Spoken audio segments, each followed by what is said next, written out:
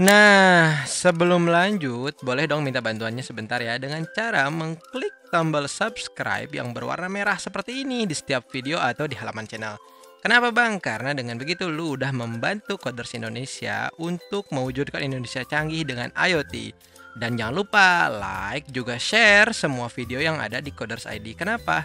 Supaya teman-teman kalian nih pada tahu bahwa di sini ada konten-konten menarik yang bisa membantu kalian mempelajari tentang IoT juga Arduino dengan mudah juga asyik gitu ya. Oke, dengan cara klik ini subscribe lalu nyalakan loncengnya. Oke, dan gitu ya. Terima kasih. Assalamualaikum warahmatullahi wabarakatuh. Gimana kabarnya Coders ID Velas? Semoga masih pada semangat dan juga sehat gitu ya, dijauhkan dari virus corona. Amin ya Allah rabbal alamin. Dan kayaknya udah lama banget gue nggak buat video karena ada beberapa kesibukan di kantor gitu ya. Jadi belum sempat. Dan sekarang gue mau ngelanjutin materi ke-6 tentang Python Basic, yaitu tentang dictionaries gitu ya. Nah, apa itu dictionaries? Jadi dictionaries itu adalah salah satu tipe data yang ada di dalam Python dan tipe data ini cukup unik. Uniknya gimana, Bang? Uniknya, kalau misalkan kita sebelumnya itu ada integer, ada string, ada float gitu ya, yang dengan casting dan berbagai macamnya, kita bisa menampung beberapa nilai data di dalam si dictionary. Yang lebih uniknya lagi, setiap data yang tersimpan di dalamnya itu merupakan key value pairs gitu ya, key value pairs ya, gini ya, pairs artinya pasangan key value. Contoh misalnya gimana bang, saya punya folder buku, misalkan buku ke-1 itu dictionaries. Nah, dengan cara kita menempatkan kurung yang keriting ya kayak gini, curly brackets kayak gini, ini udah ngerti bahwa ternyata buku 1 sekarang tipe datanya adalah dictionary. Oke ya. Nah, value pairs-nya adalah seperti ini. Di sini adalah key-nya dan di sini adalah value-nya. Jadi key ini nanti akan berisi value yang bersangkutan gitu ya. Contoh kita lanjut. Misalnya gimana? Nah, si key ini kita isi misal ID-nya, ID bukunya gitu ya. Misal ID-nya 221 gitu ya. Terus nama buku gitu ya. Nama bukunya misal Belajar Bareng Coders gitu. Terus tahun terbit misal 2020 gitu. Nah, apalagi misal penerbit gitu ya, apa enaknya penerbit, ESA gitu misal. Nah, ini dia yang disebut dengan dictionary. Jadi dalam satu variabel buku ini ada beberapa nilai di dalamnya, ada ID, ada nama buku, ada tahun terbit, ada penerbit. Nah, ID, nama buku, tahun terbit sampai penerbit itu yang disebut dengan case, di mana ini akan merujuk pada nilai di sebelahnya gitu. Yuk kita lihat gimana kalau kita ngeprint atau mencetak si buku 1 gitu ya. Nah, save, lalu kita lihat di terminal ya, kita pakai clear aja deh. Nah, di part-06.p. Lihat di sini ada ID, ada nama buku, Belajar Bareng Coders, terbit dan penerbit. Ini yang dicetak dari si buku 1 gitu ya. Kalau kita lihat tipe datanya misal print terus type gitu ya, buku 1, save, lalu kita jalankan ulang. Ternyata tuh tipe datanya adalah dictionary gitu ya. Jadi itu contoh bagaimana dictionary bisa mencangkup beberapa nilai di dalam. Yuk kita lihat contoh selanjutnya.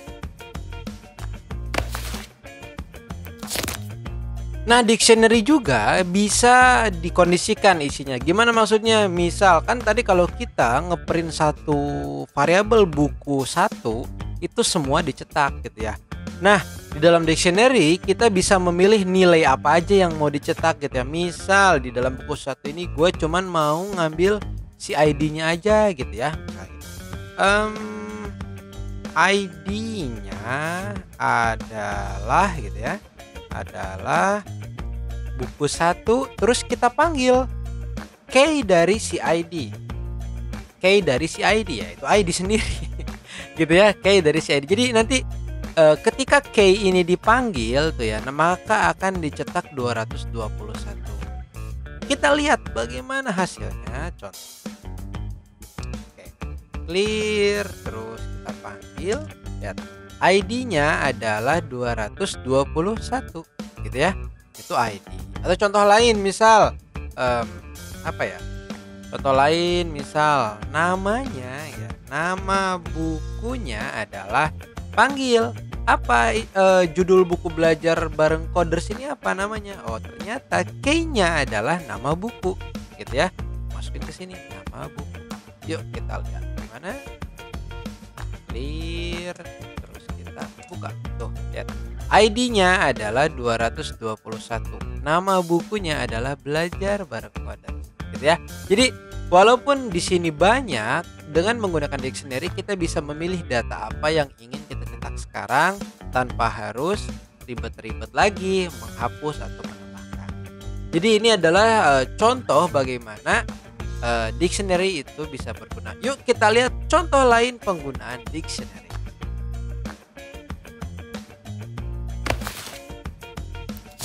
Nah kan tadi kita ngelihat nih gimana caranya kita memanggil salah satu nilai yang ada di dalam dictionary buku 1. Nah di sini gue mau ngeliatin gimana caranya ngerubahnya mudah aja. Misal di sini ya, gue sebenarnya pingin nih misalkan buku 1 dengan key-nya adalah ID bukan 221 tapi 190 gitu ya. Nanti kita cetak di sini. Jadi misal awalnya print gitu ya, ID awal adalah buku 1 ininya ID.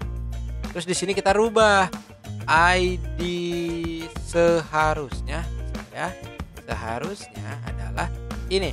Nah ini akan memperlihatkan pergantian. Nah, kita kasih komentar untuk key ID diganti menjadi 190. Yuk kita lihat. Das. Clear, clear gitu ya. Terus panggil. Lihat. ID awal, jadi di awal kita udah nentuin bahwa ID sebenarnya 221. Tapi karena ada proses ini gitu ya. Jadi ID seharusnya adalah 190. Karena udah dilakukan penggantian. Jadi cara menggantinya gampang aja. Cukup panggil variable dictionary gitu ya. Variable dictionary yang kita mau, terus kita masukin key dari nilai yang akan kita ganti. Misalnya di sini adalah ID gitu ya. Ganti 190. Jadi tadi kelihatan sebelum diganti adalah 221. Ketika sudah diganti menjadi 190. Ini berlaku untuk semua yang ada di sini. Tinggal kita harus tahu key dari nilai yang akan kita ganti. Jadi itu dia cara untuk merubah nilai atau value di dalam dictionary. Yuk kita lanjut ke contoh selanjutnya. Nah contoh selanjutnya kita hapus dulu sebelumnya yang tadi ya. Nah contoh selanjutnya adalah Bang, gimana misalkan di sini nih nyatanya di dalam buku 1 gitu ya, misal ada banyak key dan values, terus gue pingin cetak itu satu persatu sesuai keinginan gue. Gimana caranya? Ingat di materi sebelumnya gue udah ngebahas yang namanya for. Kalau belum tahu bisa tonton dan gue nyediain linknya ada di pojok kanan di atas gitu ya. Bisa kita tambahin di sini, nggak usah lah kayak ini ya. Nah, misal kita pengen nyetak tulisan yang ada di sini ke dalam string yang lebih dikondisikan, misal seperti itu ya. Nah kita bisa menggunakan for. Jadi for itu bisa dilakukan untuk mengiterasi si dictionary ya, dengan cara masukin misalkan key-nya apa, values-nya apa gitu ya, key value-nya in gitu ya, buku 1.item ya. Nah seperti ini. Nanti key ini akan berisi si akan berisi nama-nama si key yang ada di dalam buku, dalam dictionary gitu ya. Dan value adalah variabel yang akan menampung nilai-nilai yang ada di sini gitu sebagai nilai value dari si dictionary buku. Yuk kita lihat. Misal print gitu ya. Print untuk key sama dengan ya. Misal key-nya gitu. Maka nilainya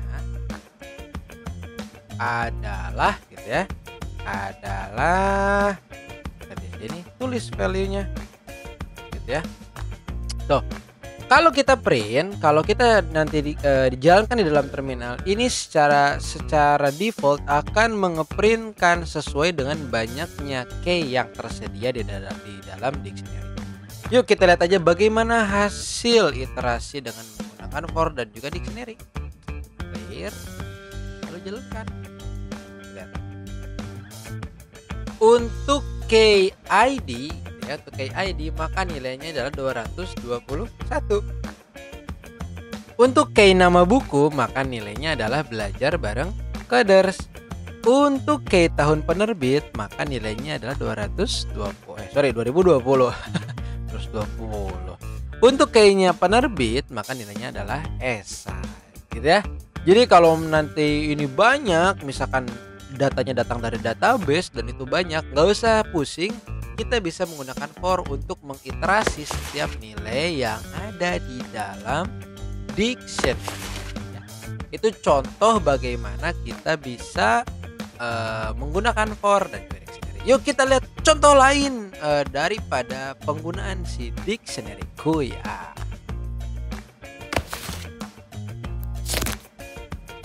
Nah, tadi kita udah bahas gimana dictionary bisa bekerja dengan for untuk mengiterasi banyaknya data yang ada di dalam satu dictionary. Nah, di kali ini gue mau ngeliatin ternyata dictionary itu bisa kita gabungkan dengan if atau condition. Sekaligus contohnya adalah bagaimana menambahkan nilai baru ke dalam si dictionary gitu ya. Yuk, bisa kita lihat.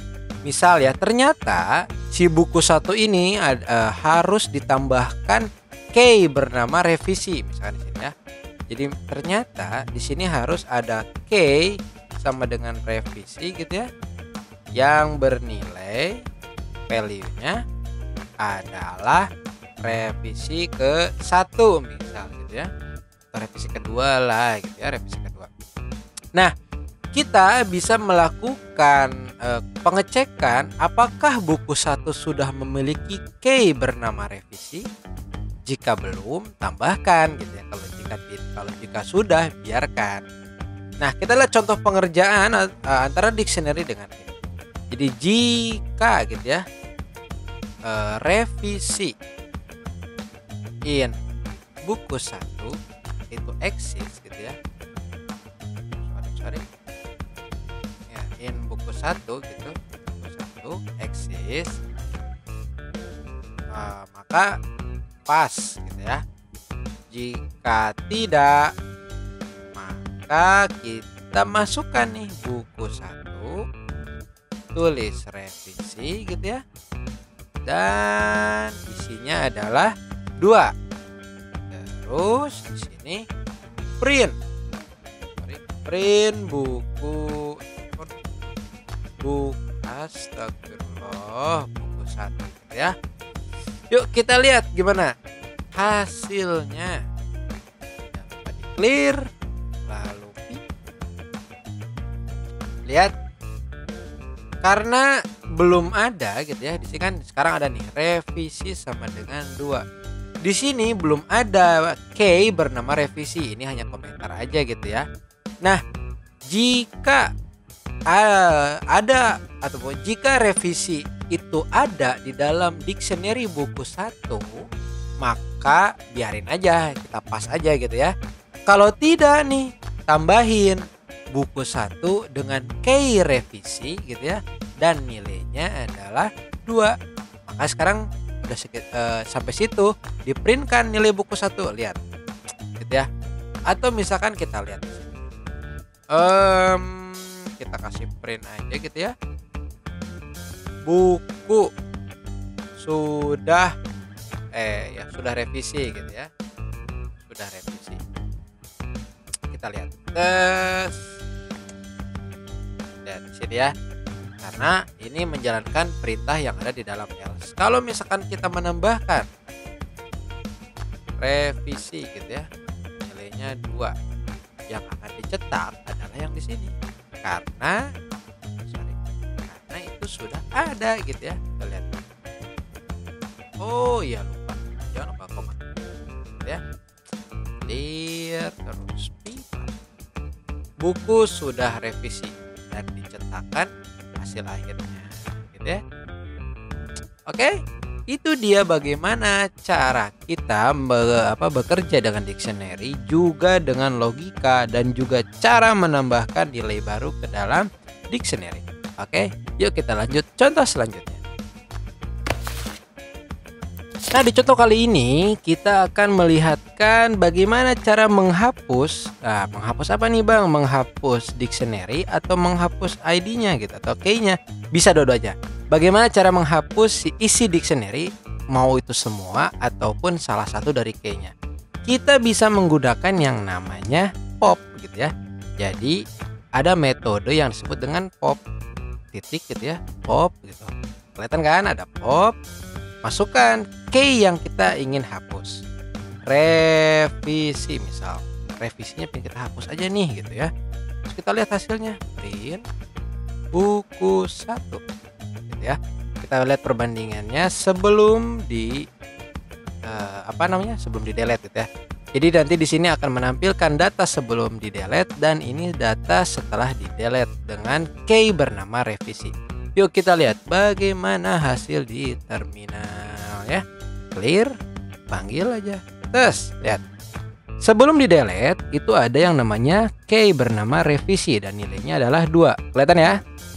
Nah, setelah dilakukan metode pop gitu ya, lalu kita masukkan key-nya adalah revisi. Maka di next dictionary-nya itu hilang nilai revisinya ya. Bisa dibandingin ini ada revisi, di sini nggak ada revisi gitu ya. Selain pop juga kita bisa menggunakan metode yang namanya adalah pop item. Pop item tuh ada pop item gitu ya. Hanya perbedaannya adalah ini hanya akan menghapus nilai terakhir atau key terakhir di dalam satu dictionary. Berarti dalam hal ini adalah revisi yang akan dihapus gitu ya. Coba kita lihat. Terus new terminal, clear dulu baru ini. Oke, nilai revisinya hilang. Nah, dengan menggunakan pop item itu secara default dia akan menghapuskan nilai terakhir dan dalam kasus kita nilai terakhirnya adalah revisi, maka hilang di sini. Oke, yang menjadi catatannya adalah ketika kalian menggunakan pop item pastikan Python kalian berada di atas 3,7. Karena kalau Python kalian versinya masih di bawah 3,7, ini metode pop item akan secara random menghapus key yang ada di dalam dictionary. Dan kalau di sini pop item hanya menghapus nilai atau key terakhir yang ada dalam dictionary. Kalau pop item di versi di bawah 3,7 mungkin bisa jadi ID yang hilang atau nama buku atau apapun itu, secara random. Itu dia dengan cara menggunakan pop item. Oke, cara lain ada Bang? Ada, yaitu dengan cara menggunakan del. Sintak del seperti itu. Ada kan? Del. Ya, del buku 1 gitu. Terus masukin key-nya apa? Misal pinginnya tahun terbit. Tahun terbit. Yuk kita lihat bagaimana di dalam terminal. Clear, panggil. Terus lihat. Di sini tahun terbit masih ada 2020. Tapi lihat setelah dilakukan del itu hilang tahun terbit, cuma ada ID, nama buku, penerbit dan revisi. Hilang ya. Itu dengan cara menggunakan del gitu ya. Alah terus amat. Nah, perlu kalian perhatikan adalah ketika menggunakan del harus dimasukkan nilai si key yang mau dihapus.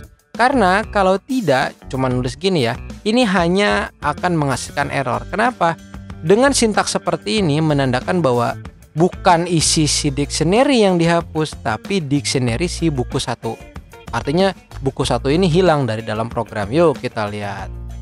Paling keluarnya error ya. Tes. Lihat. Trace back most recent call. Name error, name buku 1 is not defined. Karena dengan menggunakan del tanpa kita memasukkan nilai key yang ingin dihapus, ini berarti sekarang del ini adalah akan menghapus seluruh dictionary atau si buku 1 ini dari dalam program. Terbukti di sini keluar nama error, gitu ya. Itu beberapa cara kita bisa menghapuskan isian dari si dictionary. Bang, gimana kalau misalkan gue cuman pingin ngehapus semuanya tapi tanpa harus ngehapus si buku 1 dari dalam program? Oke, itu bisa dengan cara menggunakan metode yang disebut clear. Jadi buku 1.clear gitu ya, tuh udah ada di Visual Studio Code tuh. Save, lalu kita lihat new terminal dan kita clear dulu, lalu tes. Lihat, sebelum dilakukan metode clear di sini nih, ini hasilnya sampai sini ya. Setelah dilakukan clear, ini hasilnya hilang toh. Jadi kalau bedanya tadi del itu menghapus seluruhnya, termasuk si buku-buku satunya ini dihilangin dari program. Kalau clear itu hanya menghapus seluruh key yang ada di dalam dictionary, gitu ya. Itu dia contoh bagaimana kita ingin menghapus key atau menghapus seluruh key atau menghapus dictionary sama sekali dari dalam programnya. Oke, yuk kita lihat lagi contoh selanjutnya di dalam dictionary Python.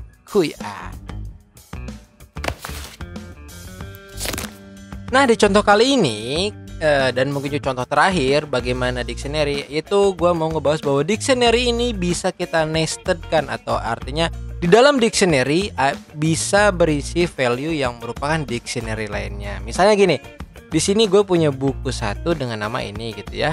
Terus gue buat buku kedua gitu ya, buku kedua di sini. Buku kedua dengan nama belajar JavaScript, misal JavaScript dengan coders gitu ya, ID-nya 100 misal gitu, dan revisinya revisi ketiga. Nah, untuk menggabungkan ini bisa menggunakan dictionary lainnya gitu ya. Misal di sini gue punya nama variabel bernama perpustakaan gitu ya. Misal apa namanya, rak 1 gitu, rak 1 gitu ya, rak 1 isinya adalah buku 1. Rak 2 gitu ya, rak 2 isinya adalah buku 2. Nah, di dalam dictionary perpustakaan ini nanti akan berisi dictionary buku 1 dan dictionary buku 2. Yuk kita lihat bagaimana ketika kita mencetak si perpustakaan ya. Kita new terminal, lalu clear dan jalankan file. Lihat, rak 1 berisi buku 1 gitu ya. Nih sama dong, 220, namanya belajar bareng coder. Dan dengan rak kedua gitu ya, namanya adalah dictionary dari buku kedua, ID 100, nama buku belajar JavaScript, penerbitnya ESA revisi 3 gitu ya. Jadi ini akan berguna banget ketika kalian sudah memahami yang namanya dictionary, karena kalau kalian belajar database kurang lebih nanti datanya akan lebih akan mirip-mirip kayak gini lah.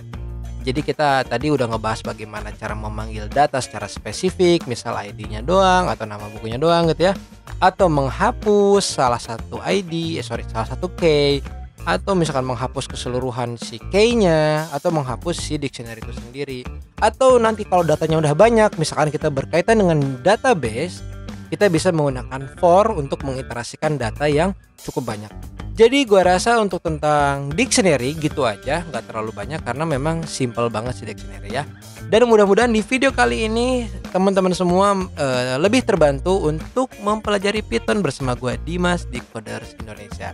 Jangan lupa like, comment, dan subscribe supaya makin banyak orang yang tahu bahwa ada konten-konten menarik untuk belajar pemrograman dengan mudah bersama gua Dimas di Coders Indonesia. Oke, gue ucapkan terima kasih. Assalamualaikum warahmatullahi wabarakatuh.